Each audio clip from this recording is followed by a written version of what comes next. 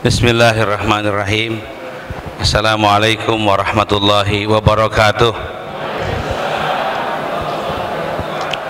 Alhamdulillahi rabbil alamin. Nahmaduhu wa nasta'inuhu wa nastahdi wa na'udzu billahi min syururi anfusina wa min sayyiati a'malina. May yahdihillahu fala mudhillalah wa may yudlil falan tajida lahu waliyyan mursyida. Asyhadu an la ilaha illallah wa asyhadu anna Muhammadan abduhu wa rasuluhu la nabiyya ba'dah. Allahumma salli wa sallim ala nabiyyina wa rasulina Muhammadin wa ala alihi wa sahbihi wa man tabi'ahu bi ihsanin ila yaumiddin, amma ba'du. Yang saya hormati Ketua Majelis Ta'lim Wirausaha Ustadz Valentino serta semua jajaran pengurus. Dari Jawa Barat ada Ustadz Abdul Hadi, ada Ustadz Ridho Budiman, dua-duanya anggota DPRD dari PKS, dan para pengurus lainnya serta Bapak Ibu sekalian yang saya muliakan, saya hormati. Pertama, saya bergembira bisa bertemu dengan Bapak Ibu sekalian, dan yang kedua, saya menyambut baik sebuah inovasi mengaitkan antara majelis taklim dengan kewirausahaan. Wallahu a'lam, kelihatannya di Indonesia paling tidak, di Jawa Barat paling tidak, baru satu-satunya majelis taklim namanya majelis taklim wirausaha. Belum ada di tempat yang lain gitu. Ini sebuah keunikan sekaligus inovasi, dan tentu dalam konteks nama kita seringkali menitipkan harapan pada sebuah nama. Kalau kita punya anak, kan namanya kita pilih, dan kemudian nama yang dipilih tersebut menyiratkan sebuah harapan. Kata para ulama, boleh dianjurkan menitipkan harapan pada nama yang kita sebut. Nama anak bisa, atau nama-nama yang lain, sebab nama-nama tersebut di hari akhirat akan abadi. Ya ibna Adam, innakum la tud'auna yaumal qiyamati bi asma'ikum wa asma'i abna'ikum wa asma'i abaikum. Wahai anak cucu Adam, kalian di hari akhirat akan dipanggil nama per nama, satu persatu, dan dipanggil juga ayahnya satu persatu. Fulan bin Fulan bin Fulan bin Fulan bin Fulan. Insya Allah tidak ada yang keliru. Lebih hebat dari elektronik KTP. Sekarang ada e-KTP kan, ternyata masih bisa ada orang buat 2 KTP, 3 KTP. Nanti di hari akhirat tidak akan terjadi seperti itu, karena hanya ada satu tanda, hanya ada satu nama. Meskipun nama awalnya sama, tapi binnya boleh jadi berbeda-beda. Makanya nanti di hari akhirat dipanggil nama kita, nama ayah kita, nama kakek kita, nama buyut kita, sampai seterusnya akan dipanggil. Oleh karena itu, fa'ahsinu fil asma, buat baiklah dalam urusan nama, bikin nama-nama yang baik, supaya nama tersebut menyiratkan harapan kepada kita semuanya. Nah, melihat situasi itu, memahami itu, maka nama yang ada pada majelis ta'lim juga ini menyiratkan sebuah harapan. Majelis ta'lim wira usaha. Kelihatannya disepakati di majelis ini, mudah-mudahan dari majelis ta'lim hadir para wira usahawan baru, para pengusaha-pengusaha baru, dan kemudian hadir pengusaha-pengusaha baru tersebut berkembang, terus berkembang, dan menjadi pengusaha menengah, mudah-mudahan jadi pengusaha besar. Mudah-mudahan pengusaha yang kaya dan takwa sekaligus kepada Allah Subhanahu wa taala. Ternyata hadirin sekalian, jadi orang takwa itu penting. Jadi orang kaya juga penting. Sebab kalau kemudian kekayaan di bumi ini dikuasai oleh orang-orang yang maksiat, bahaya. Dikuasai oleh orang-orang yang tidak beriman, bahaya. Boleh jadi kesulitan perekonomian yang seringkali dihadapi oleh kaum muslimin terjadi karena belum terlalu andal, belum terlalu banyak kaum muslimin menguasai urusan-urusan harta benda dunia atau perekonomian. Gambarannya, di sebuah kota saya bertemu dengan kelompok masyarakat ekonomi syariah, MES, anak-anak muda, semangatnya luar biasa, di sebuah kota di Jawa Barat. Sayang belum punya sekretariat.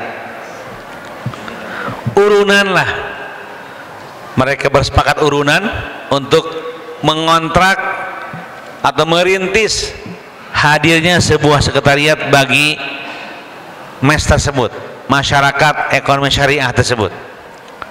Urunan ada yang 500.000, ada yang 1 juta, rata-rata di angka 500.000 sampai 1 juta. Ada beberapa yang 10 juta, ada yang beberapa 15 juta. Dari 150 anggota MES yang hadir, ada 1 orang di antara 150 yang hadir itu infaknya sendirian, paling nyongcolang. Nyongcolang paham? Orang Jawa Barat kan semuanya nyongcolang. Tahu kan nyongcolang, Bu? Nyongcolang ya, menyendiri gitu, menyendiri. Ada 100 orang yang nyongcolang, infaknya 100 juta sendirian. Saya bergumam dalam hati, alhamdulillah. Tapi lebih alhamdulillah lagi kalau 100 juta lebih banyak yang infaknya 100 juta. Karena saya membayangkan kalau infaknya itu di antara 150 orang yang hadir, per orang rata-rata 100 juta, lumayan ya. Lumayan. Berapa dapat kita? 15 miliar ya. 15 miliar. Betul segitu?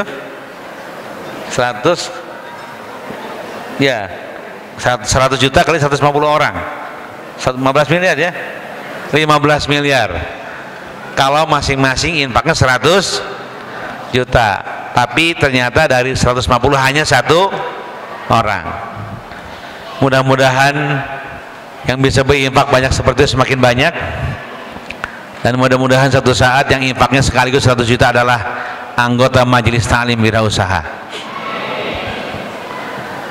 Hadirin sekalian yang berbahagia, yang Allah muliakan, ternyata sekali lagi penting menjadi orang takwa dan kaya sekaligus. Sebab sekali lagi, kalau kita tidak bertakwa atau kalau bukan orang bertakwa yang kaya raya, bahaya. Bisa-bisa orang maksiat yang kaya, bisa-bisa orang tidak beriman yang kaya. Dan fakta itu sudah mulai terjadi. Saya ingin mengungkapkan fakta-fakta makro. World Bank, Bank Dunia, tahun 2015 akhir merilis data-data ekonomi dunia, merilis kemiskinan di dunia, merilis pengangguran di dunia, merilis berapa masyarakat di dunia yang tidak bisa mengkonsumsi air bersih, dan juga merilis siapa saja orang yang paling kaya di muka bumi ini. Ternyata di Indonesia cukup hebat jurang pemisah antara kaya dan miskin. 1% orang Indonesia tahun 2015 menguasai 55,5% kekayaan Indonesia. 1% ya. Saya berharap namanya ada yang Asep, namanya ada yang Acep, namanya ada yang Agus. Ternyata dihitung namanya tuh hiji-hiji acan Asep, tuh hiji-hiji acan Agus. nama-namanya agak sulit diucapkan sebab bukan nama familiar orang sini, tapi dia hidup di sini, mengelola sumber daya alam di sini, berbisnis di sini, tapi khawatir hasil bisnisnya tidak dinikmati bersama orang-orang di sini. Ketika bisnis sudah berhasil, dia larikan modalnya ke luar negeri. Hadirin sekalian, situasi makronya seperti itu. Oleh karena itulah saya mengajak kepada semuanya, mari kita hadirkan sebuah pemahaman. Dengan pemahaman tersebut kita bergerak bahwa kita ke depan harus mencetak generasi baru, situasi baru, yaitu generasi dengan situasi bertakwa dan sejahtera, bahkan kaya pada saat yang bersamaan. Itu yang kita inginkan. Rasulullah bersabda, ni'mal malu sholihu fi yadir rajuli sholih. Sebaik harta yang baik adalah harta yang dikelola oleh orang yang baik-baik. Ni'mal malu sholihu fi yadir rajuli sholih. Sebaik-baiknya harta yang baik adalah harta yang dikelola oleh orang yang baik-baik. Marilah orang baik-baik mengelola harta benda dengan baik untuk kemakmuran dunia dalam rangka menghadirkan bekas sebesar-besarnya untuk masa depan akhirat kita. Itu yang kita inginkan. Ni'mal malu sholihu fi yadi rajuli sholih. Sebaik-baik harta yang baik adalah harta yang dikelola oleh orang yang baik-baik. Hadirin sekalian, dengan demikian berarti Islam punya paradigma, Islam punya sebuah gaya pemikiran kehidupan, mazhab kehidupan berupa mazhab keseimbangan. Gaya hidup yang seimbang, seimbang jasmani nurani, seimbang dunia akhirat, seimbang ketakwaan dan kekayaan, seimbang. Karena ternyata doa kita pun yang biasa kita mengumandangkan doa kepada Allah Subhanahu wa taala, doanya doa keseimbangan, doa menggambarkan keseimbangan hidup yang kita cita-citakan bersama-sama. Doa yang paling banyak kita ucapkan, yang boleh jadi kita tidak menyadari bahwa doa tersebut doa yang sangat amat penting dan menggambarkan sesungguhnya itu adalah madhab Islami dalam kehidupan. Rabbana atina fid dunya hasanah wa fil akhirati hasanah wa qina adzabannar. Hadirin sekalian, kalau ditanya doa mana yang paling banyak diucapkan oleh Rasulullah sallallahu alaihi wasallam di masa hidupnya, doa mana yang paling banyak dibacakan, paling banyak dipakai oleh Rasulullah sallallahu alaihi wasallam dalam kehidupannya? Jawabannya doa tadi. Itulah doa yang menggambarkan cara pandang hidup kaum muslimin, cara pandang keseimbangan, menyeimbangkan cita-cita duniawi dan ukhrawi sekaligus. Di dunia ingin hasanah, di akhirat pun ingin hasanah. Tapi tentu akhirat itu kan nanti datangnya. Terlebih dahulu sebelum datang hari akhirat adalah hari-hari duniawi. Oleh karena itu marilah kita sukseskan hari-hari duniawi dalam rangka menyambut sukses hari-hari ukhrawi. Mari kita hadirkan pertama kali hasanah fid dunya, dan mari kita hadirkan hasanah fil akhirah, di mana kita semuanya menjadi penghuni surga di hadapan Allah Subhanahu wa taala. Bapak Ibu yang Allah muliakan, Imam Ibnu Musayyib ditanya tentang apa arti terpenting dalam arti hasanah fid dunya. Wahai Imam Sa'id bin Musayyib, apa gerangan makna yang paling penting yang ada pada kalimat Rabbana atina fid dunya hasanah?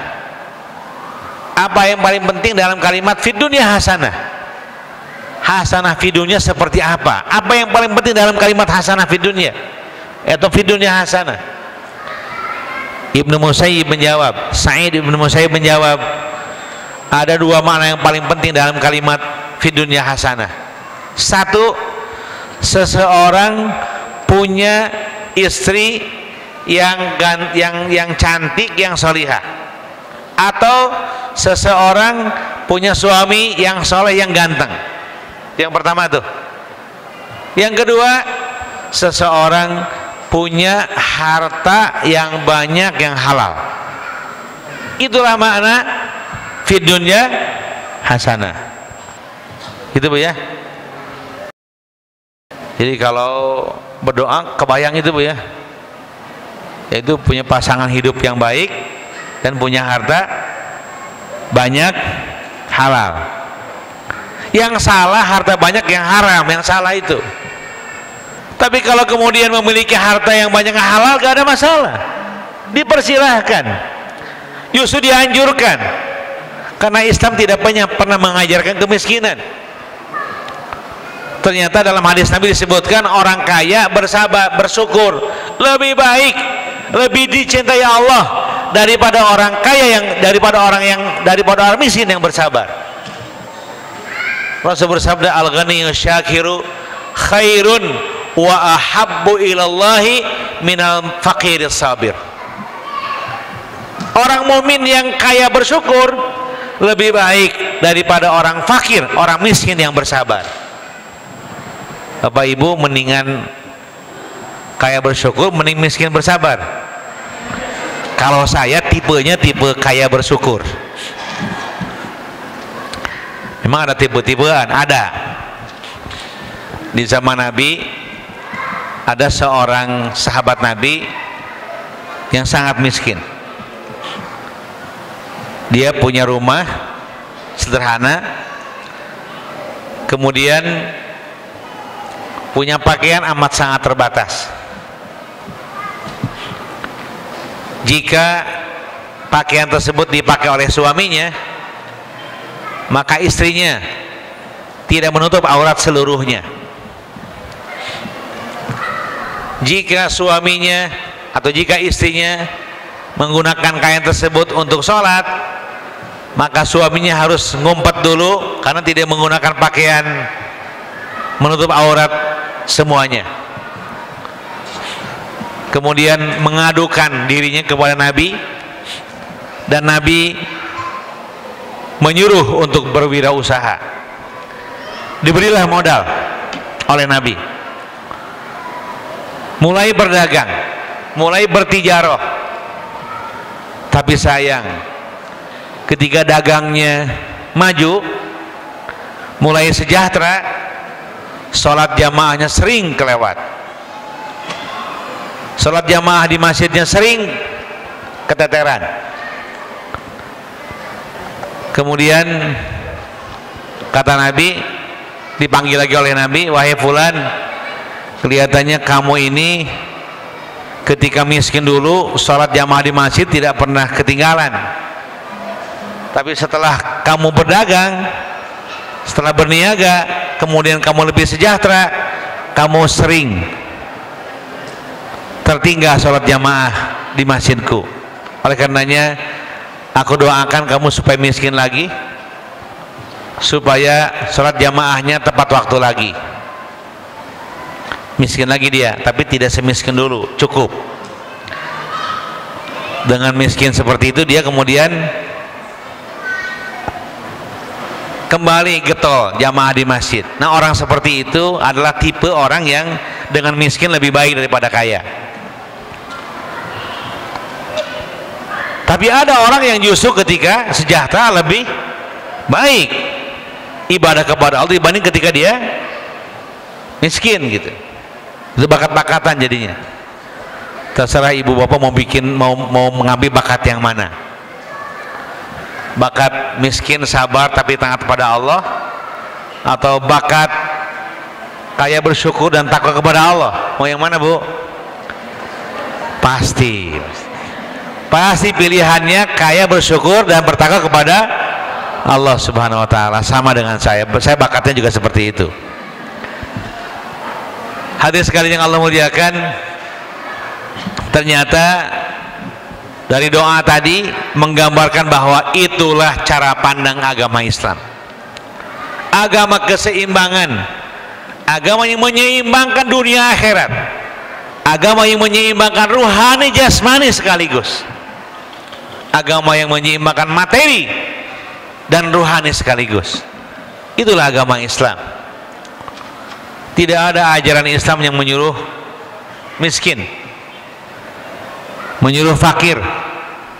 Ali bin Abi Thalib pernah berkata, "Lau kanal faqru rajulan laqataltuhu."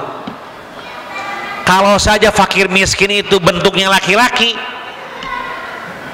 kalau saja fakir miskin itu bentuknya menjelma menjadi seorang laki-laki, laqataltuhu, pasti akan kubunuh dia. Dia saking membencinya kefakiran dan kemiskinan, dia akan bunuh kefakiran dan kemiskinan tersebut. Hadirin sekalian, banyak orang yang tidak dekat dengan Islam gara-gara khawatir tidak kaya. Ini yang seringkali salah paham. Ternyata kesalahpahaman seperti ini ada akal sejarahnya. Semenjak dulu di zaman Nabi, ada sejumlah kalangan sahabat Nabi percaya dengan Islam, yakin dengan Islam, tapi dia bertanya, apakah saat saya masuk Islam, saat saya berislam dengan baik, saya bisa sejahtera, saya bisa kaya? Itu persoalan. Boleh jadi pada hari ini karena kemiskinan dilanda atau melanda banyak kaum muslimin, orang lain tidak tertarik menjadi masuk Islam karena kebanyakan kaum muslimin kemiskinannya tinggi. Boleh jadi. Dulu juga alasannya juga ada seperti itu. Umar bin Khattab radhiyallahu anhu, satu di antara para sahabat Nabi yang ragu dengan Islam sebelumnya karena khawatir Islam tidak membuat dia kaya dan sejahtera. Sampai suatu saat dia bermaksud untuk membunuh Rasulullah sallallahu alaihi wasallam. Tetapi dikabari oleh teman-temannya, wahai Umar, jangan dulu kamu membunuh Nabi. Fatimah, saudara perempuan kamu, sudah masuk golongan Nabi, sudah masuk kelompok Nabi Muhammad sallallahu alaihi wasallam. Marah luar biasa. Akhirnya sebelum ke tempat Nabi, Umar bin Khattab mampir dulu ke rumah Fatimah bintu Khattab, adik perempuannya. Didapatinya Fatimah sedang membaca Al-Quran, memegang memegang lembaran-lembaran Quran, belum dimushafkan waktu itu.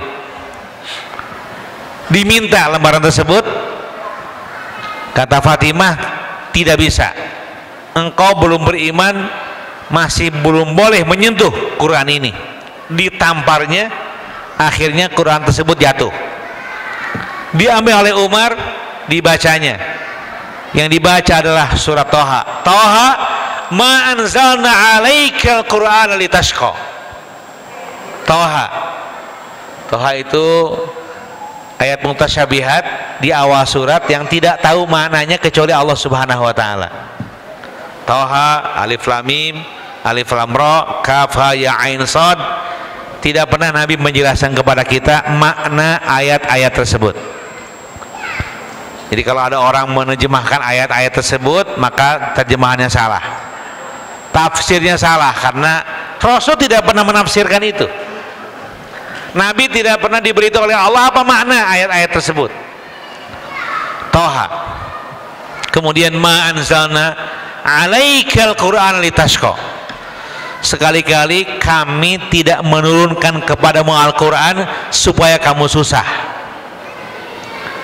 Ternyata Al-Quran diturunkan bukan untuk susah, untuk bahagia, termasuk bahagia dalam kematerian. Kaget Umar bin Khattab ketika membaca ayat tadi, berubah pikirannya, yang asalnya dia berangkat menghunus pedang untuk membunuh Rasulullah SAW. Setelah membaca ayat tadi, Taha ma anzalna alaikal Qur'an litashqa, hilang keraguannya, kekhawatirannya bahwa akan miskin ketika masuk Islam. Kemudian hunusan pedangnya nggak jadi, dimasukkan lagi pedang ke tempatnya, ke sarangkanya. Sarangka ya? Betul? Bahasa Indonesia sarangka apa? Hah? Sarangka juga? Ini sarangka pokoknya lah. Masuk ke sarangkanya, datang ke Baitul Arqam Ibnu Abil Arqam bukan lagi untuk membunuh tapi untuk beriman kepada Rasul Allah dan Rasulnya sallallahu alaihi wasallam. Tadi sekalian, penggalan kisah-kisah yang sangat unik. Yang jelas banyak ayat, banyak hadis yang menyuruh kita hidup seimbang. Salah satunya adalah ayat dalam surat Al-Jumu'ah. A'udzubillahi minasyaitonirrajim. Ya ayyuhalladzina amanu idza nudiya lis-salati min yaumil jumu'ati fas'au ila dzikrillahi wa dzarul bai'. Dzalikum khairul lakum in kuntum ta'lamun.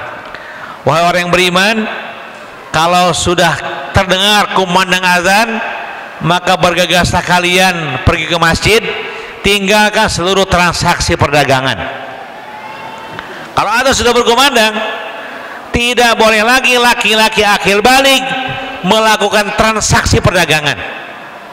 Tidak boleh, tidak sah hukumnya. Ini momentum kerohanian, buru-buru ke masjid untuk sholat Jumat. Begitu suruhannya. Zalikum khairul lakum in kuntum ta'lamun. Yang demikian itu lebih baik bagi kalian jika kalian memahami dan mengetahui. Itu ayat terkait dengan suruhan sholat Jumat. Tapi lihat bagaimana ayat berikutnya ketika sholat Jumat selesai dilaksanakan. Fa idza qudiyatis salatu fantashiru fil ardi wabtaghu min fadlillah wadhkurullaha katsira la'allakum tuflihun. Jika Jumat usai dilaksanakan, apa? Tidur siang, nunutan. Jika sholat Jumat selesai dilaksanakan, fantashiru fil ardi, menyebarlah kalian di muka bumi. Lontang lantung? Bukan. Wabtaghu min fadlillah, cari rezeki Allah. Jumat selesai, nyebar di muka bumi, cari rezeki Allah. Wadhkurullaha katsira la'allakum tuflihun. Jangan lupa saat cari rezeki zikir pada Allah supaya kalian bahagia. Insya Allah kalau cari rezeki sambil zikir, halal rezekinya. Rupanya korupsi itu cari rezeki tanpa zikir, haram jadinya. Begitu kan? Itu hadirin sekalian yang Allah muliakan. Itu adalah ayat terkait salat Jumat. Ternyata mengaitkan urusan materi, mengaitkan urusan ikhtiar, mencari rezeki di bumi Allah Subhanahu wa taala. Hadirin sekalian yang Allah muliakan, yang berbahagia. Terakhir, ternyata dalam sirah nabawiyah ada al-asyaratu al-mubasysyaruna bil jannah. Ada 10 sahabat Nabi yang dijamin surga. Ada 10 sahabat Nabi dijamin surga. Tis'atun minhum aghnia. Ternyata 9 dari 10 sahabat Nabi yang dijamin surga orang kaya. Hanya 1 yang tidak kaya tapi sejahtera biasa, Ali bin Abi Thalib radhiyallahu anhu. Di antara para sahabat Nabi yang 10 memang Ali bin Abi Thalib paling alim. Kira-kira gambarannya profesor, kira-kira begitu ya. Profesor itu ahli ilmu ekonomi tapi tidak ahli dagang, gitu kan? Dagang orang kaya cukup S1,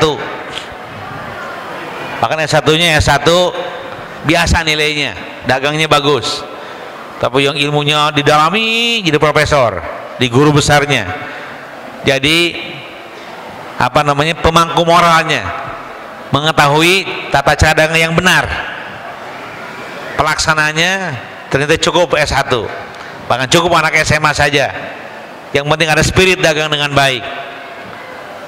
9 di antara 10 sahabat Nabi yang dijamin surga adalah para pedagang. Bahkan ada yang paling kaya, Abdurrahman bin Auf radhiyallahu anhu. Sepanjang dia dagang, dia dagangnya mabrur. Ada 2 kalimat mabrur yang melekat pada sebuah sifat, ada yang melekat pada sebuah pekerjaan, pada sebuah perilaku, pada sebuah subjek. Yang pertama haji mabrur, yang kedua pedagang mabrur. Kalau haji mabrur biasa kan Bu ya, tapi jarang kita didoakan mudah-mudahan Bapak jadi pedagang mabrur gitu. Kalau mau naik haji, Bapak mudah-mudahan jadi haji mabrur. Tapi kalau dagang nggak ada yang doakan mudah-mudahan jadi dagang mabrur, nggak pernah kan begitu. Sekarang lengkapi, selain kita berdoa kepada teman-teman kita mudah-mudahan jadi haji mabrur, doakan pula yang sedang berdagang, yang sedang wirausaha, mudah-mudahan jadi pedagang mabrur. Ternyata Allah Subhanahu wa taala juga membuka rezeki 10 pintu. Allah membuka rezeki 10 pintu. 9 di antara 10 pintu untuk para pedagang, untuk para pengusaha, untuk para tajir, untuk para saudagar, untuk para bisnismen. 9 pintu rezekinya. Yang 1 pintu untuk para pegawai dan para karyawan. Gitu ya. Mending dari 9 pintu, mending dari 1 pintu ya. Dari 9 ya. Dari 9. Silahkan kalau begitu segera berwirausaha. Terlalu sedikit jumlah pedagang di Indonesia. Jumlah pengusaha di sebuah negara minimal 4% dari jumlah penduduk. Cina itu 14% penduduknya pengusaha.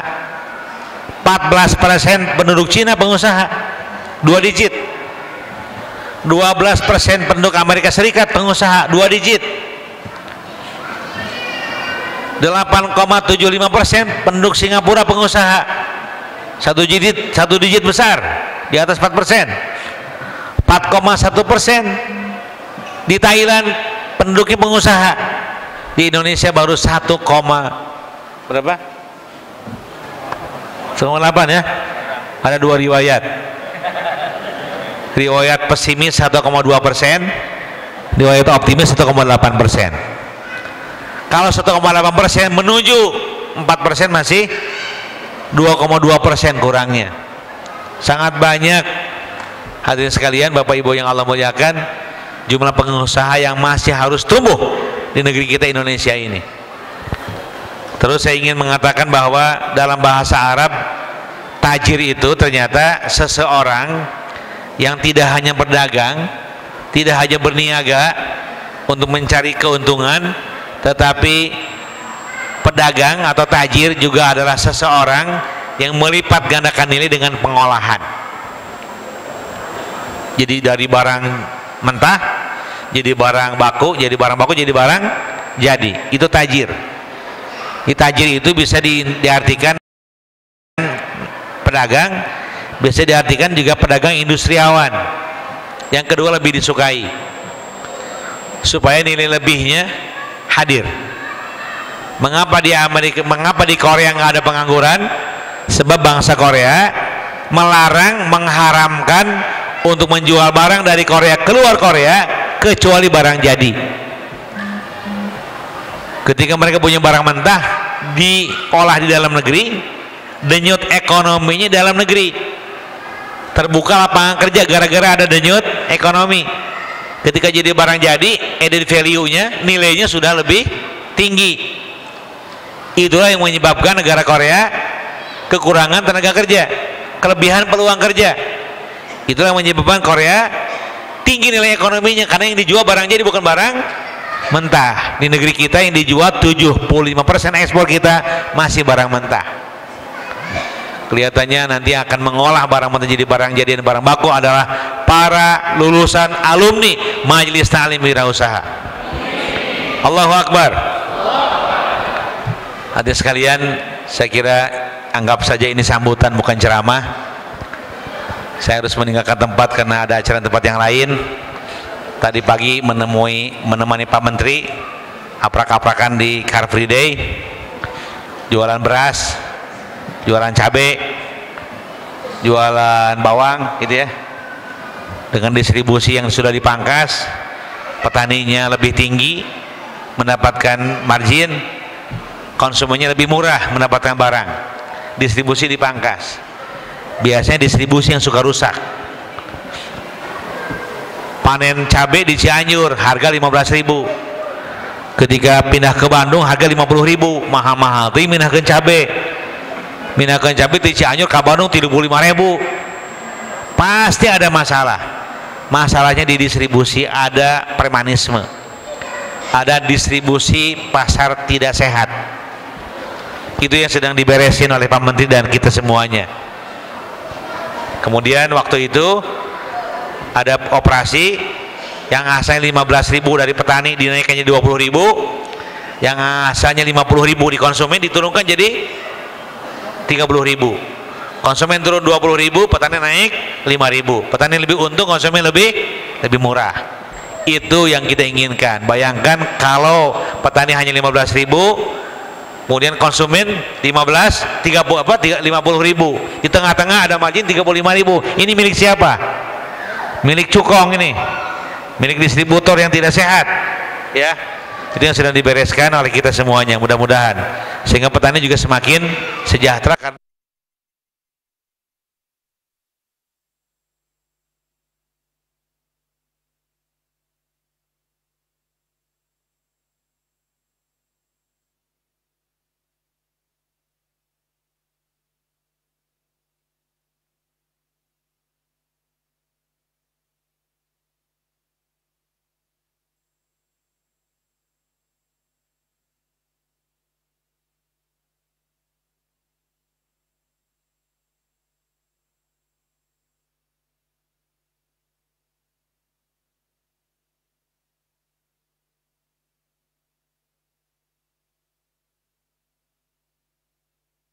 keluar dari sini sudah punya pemahaman yang lain, pemahaman yang tidak ragu-ragu jadi orang kaya. Gitu Bu ya? Betul? Nggak suka banyak yang ragu jadi orang kaya. Saya pernah nanya mahasiswa, kamu mau apa adek? Kamu mau jadi orang kaya nggak? Saya masih ragu-ragu gitu. Jawab iya. Tapi kayanya kaya takwa sekaligus, bukan kaya maksiat. Itu aja penting. Ada sekalian itu bisa sampaikan. Terima kasih. Billahi taufiq wal hidayah.